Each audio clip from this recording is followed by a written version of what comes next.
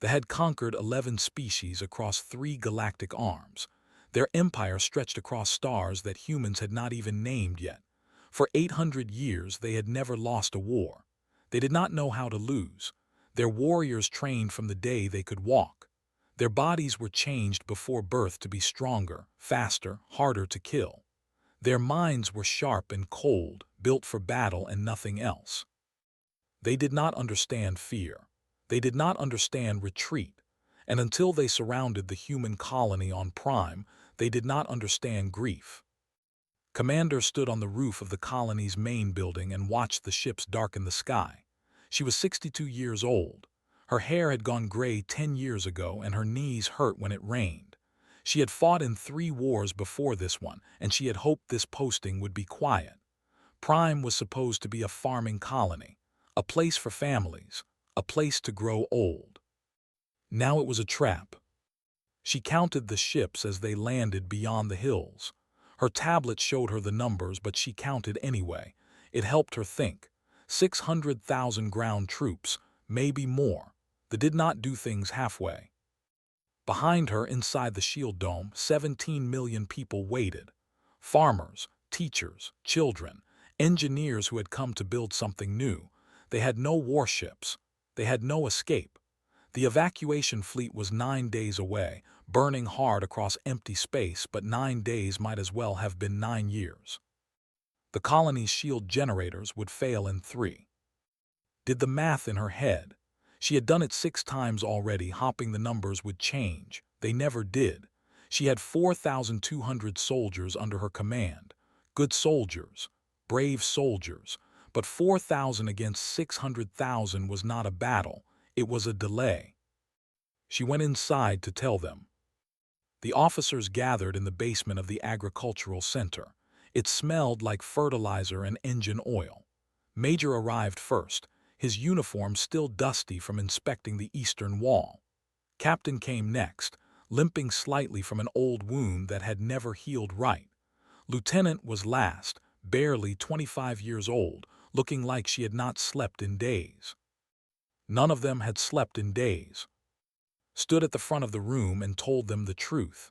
She did not dress it up. She did not pretend there was hope where there was none.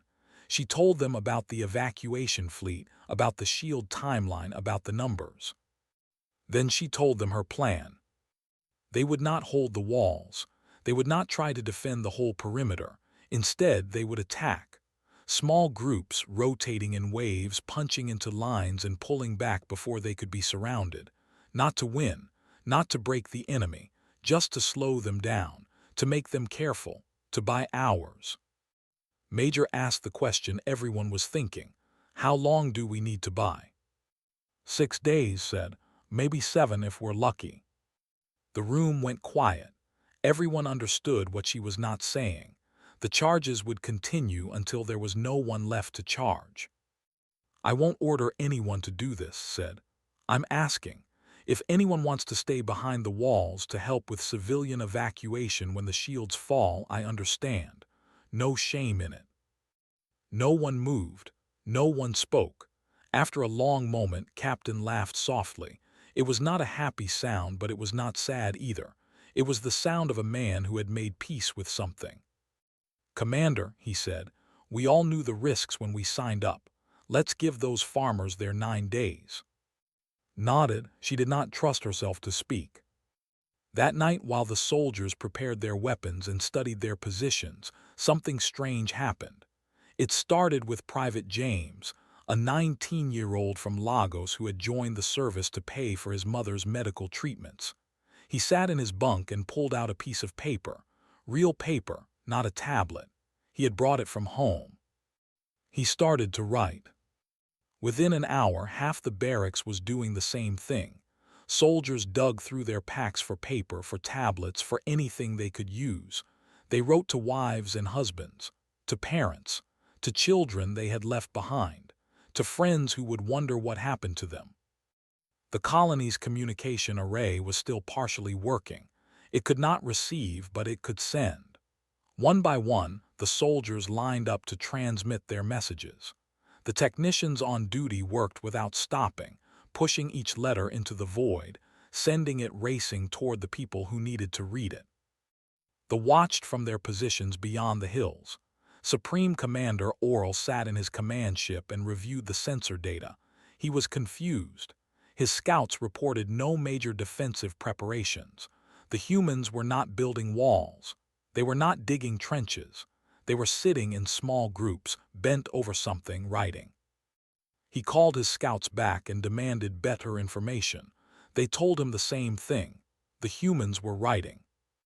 Oral did not understand. In 800 years he had seen many species face destruction. Some begged, some fled, some fought with desperate animal fury, clawing at his warriors until the last breath left their bodies. But he had never seen a species sit down and write. He ordered his communications team to intercept the transmissions. They were easy to capture. The humans were not even trying to encrypt them. The translations began arriving an hour later. Oral read them in his private chamber, alone. He read about a young man who had planted tomatoes in a greenhouse and hoped someone would water them. He read about a sergeant who was missing her daughter's birthday. He read about a captain who had no family left, who wrote instead to the future, to anyone who might find his words. He read for 6 hours.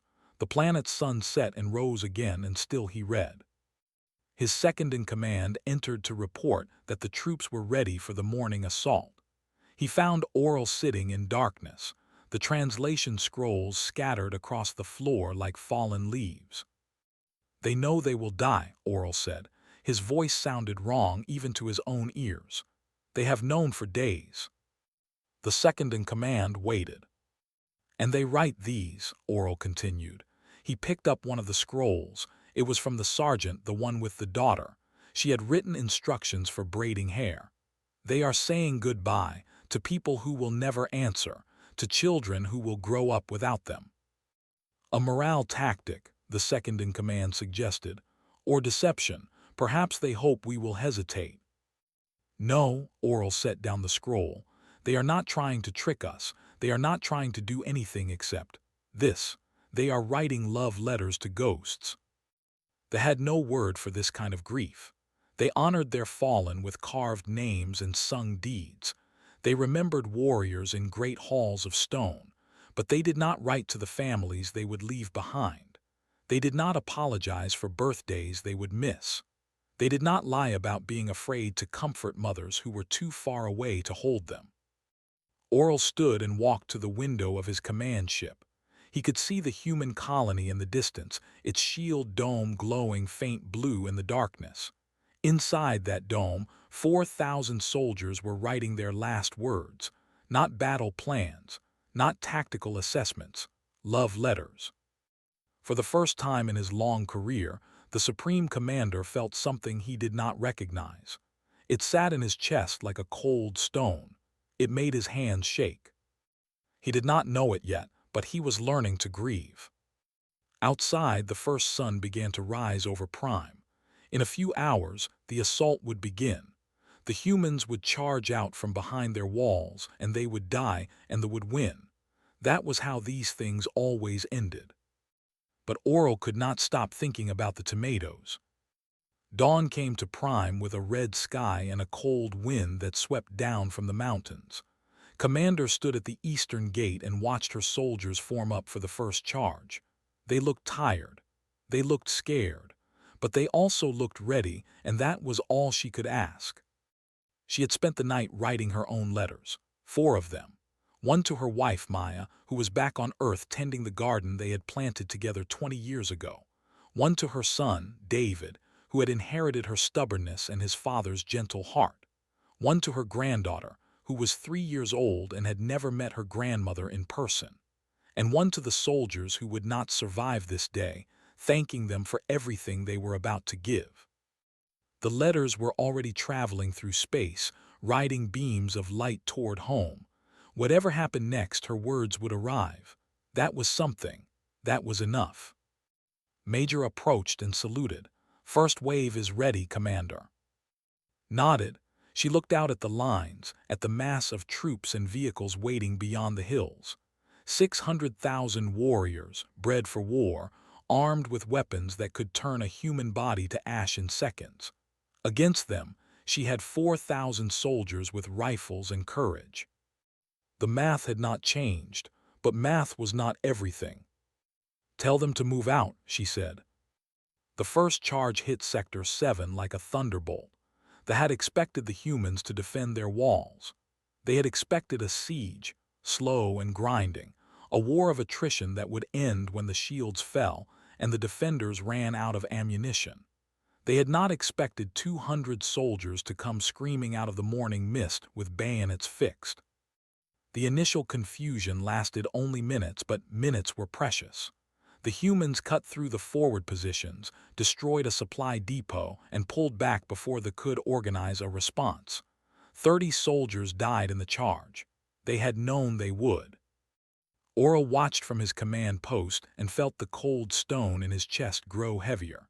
His officers were calling for immediate retaliation, for a full assault on the colony walls, for the kind of overwhelming force that had broken 11 species before this one.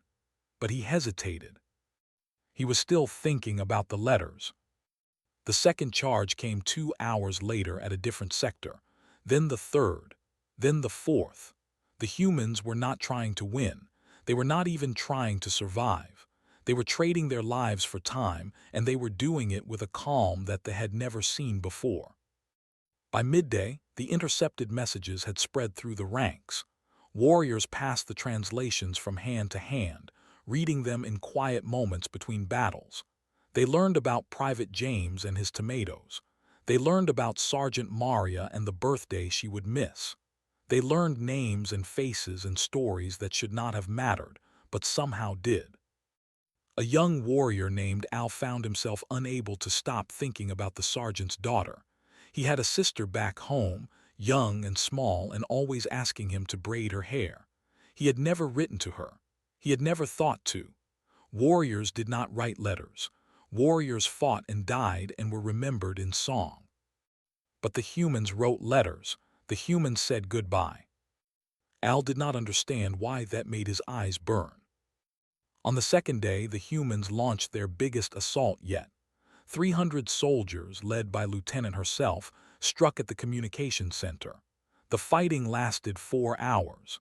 The communication center was destroyed, died leading the retreat, buying time for the survivors to reach the walls. That night, the colony's technicians worked through the darkness, transmitting the last batch of letters. Had written hers the day before, to a brother she had not spoken to in 5 years. She apologized for the argument they had never resolved. She told him she loved him. She told him to name his first daughter after their mother. They intercepted that letter too. Oral read it alone in his chamber, and for the first time in 800 years of war, a supreme commander wept. He did not understand the tears. He had seen death before. He had caused death before, more death than he could count. But he had never seen death like this. He had never seen people walk toward it with such terrible, peaceful certainty. He had never seen them stop to write letters first. The humans were not fighting like animals. They were not fighting like soldiers. They were fighting like something else, something they had no word for. They were fighting like people who had already let go of everything except this moment, this ground, these minutes bought for strangers. On the morning of the third day, the shields began to flicker. Commander called her remaining officers together. There were not many left. Major had died in the second assault. Captain had taken over command of the eastern sector. Lieutenant Park, who had never expected to lead anything larger than a squad, was now responsible for the entire northern wall. Looked at their faces and saw her own exhaustion reflected back at her. They had been fighting for 2 days without rest. They had lost half their soldiers. The civilians were huddled in the shelters, waiting for an evacuation that was still 6 days away. The math had not changed. It had gotten worse. "The shields will fall by noon," said. "When they do, they will hit us with everything they have. We need to buy more time." No one asked how. They all knew. "I'll lead the final charge myself," said. "Everyone who can still fight, everyone who's willing. We hit their command post. We make them think twice. We buy another day. Captain stepped forward. Commander, with respect, you're needed here. Let me lead the charge. Shook her head. I've been sending soldiers to die for 3 days. It's time I went with them. There was no argument after that. There was nothing left to argue about. At 1100 hours, as the shield sparked and groaned overhead, Commander led 300 soldiers out of the eastern gate. They moved through the smoke and the dust, climbing the ridge where the command post sat like a crown on the highest hill. Auril saw them coming. He could have ordered his artillery to destroy them. He could have sent his warriors forward to crush them before they reached the ridge. But he did neither of those things. He stood at the edge of his command post and watched them climb. Fought like a woman half her age. Her rifle ran dry and she picked up a fallen blade. Her soldiers fell around her one by one, but she kept climbing. She had written her letters. She had said her goodbyes. There was nothing left to do except this. She reached the top of the ridge. She killed 11 warriors before one of them finally brought her down. She died with her hand on the hilt of a blade buried in the chest of Auril's second-in-command. The Supreme Commander walked to where she lay. Around him, the battle had stopped. His warriors stood frozen, watching. The surviving humans had fallen back to the colony walls, but no one was chasing them. No one was fighting anymore. Auril knelt beside the human commander. He looked at her face, at the gray hair matted with blood, at the lines around her eyes that spoke of decades of laughter and worry. He reached out and closed her eyes. No commander had done such a thing in 800 years. Enemies were not honored. Enemies were conquered and forgotten. But Auril could not forget the letters. He could not forget the tomatoes and the birthdays and the instructions for braiding hair. He stood and looked at his warriors. They were staring at him with confusion and something else, something that looked almost like shame. "Pull back," he said. His officers did not move. They did not understand. "Pull back," he said again. "All units, full retreat." The protests came immediately. They were winning. The shields were falling. Victory was hours away, but Auril silenced them with a look that none of them had ever seen before. "We are not fighting soldiers," he said. "We are fighting something else, something I do not have a name for." He looked back at its body, at the humans still defending their walls, at the colony that refused to surrender. "I have conquered 11 species. I have never lost a war, but I do not want to win this one." He walked back to his command ship and began composing a message to the High Council. It would take days to arrive, but he did not care. The war was already over. He had ended it himself. 6 days later, the evacuation fleet arrived at Prime. The captains expected to find ruins. They expected to find bodies. Instead, they found the fleet withdrawing into deep space. They found 217 human soldiers still alive, still guarding the shelters, still ready to fight if they had to. And they found medical teams treating human wounded. Auril's message to the High Council spread across space like ripples in still water. It said, "We have conquered species who fought with honor. We have conquered species who fought with cunning, with desperation, with fury. But we have never faced a species that fights like this. They write letters to their children before charging into death. They apologize for birthdays they will miss. They plant tomatoes they know they will never harvest. We cannot conquer this. We do not want to. Some doors should not be opened. Some species should be left alone. Let the humans keep their worlds. We have learned something from them that is worth more than territory. We have learned what it means to grieve." The war ended that day, not with a treaty or a surrender, but with a letter. 50 years later, on the anniversary of the siege, a memorial wall was built on Prime. The names of the fallen were carved into black stone that would last 1,000 years. Beside each name, in a tradition that had since spread across human space, there was a small alcove. And in each alcove, preserved behind glass, was the last letter that soldier had written. Private James' letter was there, with its mention of tomatoes and stars.